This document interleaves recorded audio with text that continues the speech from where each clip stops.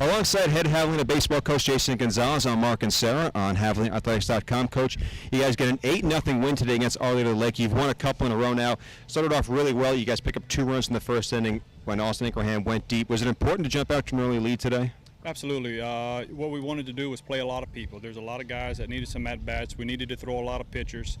And what we were hoping to do was jump out to an early lead so everybody could kind of relax a little bit and you know, again, get some guys into the game where they had a little bit of a margin of error. And so Austin gets us on the board in the first inning, and we kind of rolled a little bit after that. And I was very proud of the way the pitchers came in and threw the baseball. You know, they held them down for 8 innings and didn't get one until the 9th. So very proud of the effort today. Now, you don't have another game until next Friday. You guys play Angelo State. Did that factor into your decision to play as many players? They're trying to keep everybody fresh with that in mind. You have a number of days off coming up. It did. It did. We needed to get a lot of guys some work.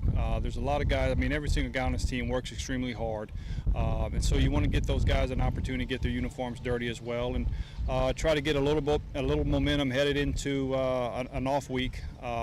I don't know if it comes at a good time or not. We need to get a couple of guys healthy, but you know, we'll have to sit on this win for a while, and the last thing you wanted to do was come out here and have a bad performance and have to sit on that for another week and a half or whatever it is. So, you know, again, it was big for us to come out and do what we did today. Now, Jared Taylor threw the ball really well, 4 scoreless innings to begin this game. What did you see that was working for him on the mound? He was getting ahead and throwing a lot of first pitch strikes, and that's been a key for us.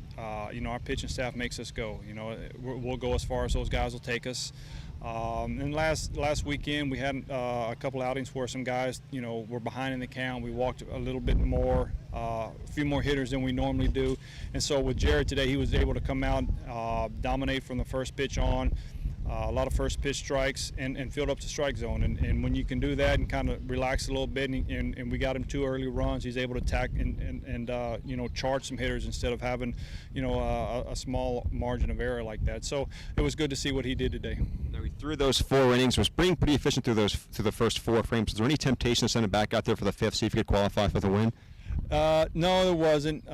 You know, again, personal stats, you know, they don't mean a whole lot with us.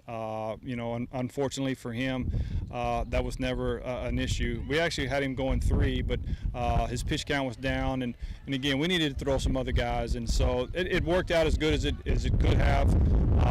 And so again, you know, we'll kind of put those personal stats behind us and just go get the win. Yeah, you mentioned the number of guys. I think you guys played 25 players today, and you still had the pitching staff throwing well.